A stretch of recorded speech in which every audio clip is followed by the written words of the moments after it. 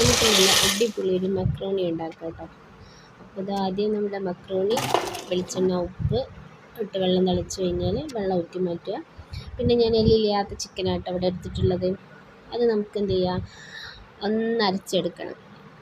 അതിലേക്ക് മഞ്ഞൾപ്പൊടി, മുളക് പൊടി, കുരുമുളക് പൊടി, സോയാ സോസ്, ഉപ്പ്, എന്നിട്ട് നല്ലപോലെ മസാല വരട്ടിയതിന് ശേഷം ഒരു പാത്രം അടുപ്പത്ത് വെച്ചതിന് ശേഷം അത് നമുക്കൊന്ന് എണ്ണ ഒഴിച്ച് നമുക്കൊന്ന് ഫ്രൈ ചെയ്തെടുക്കാം.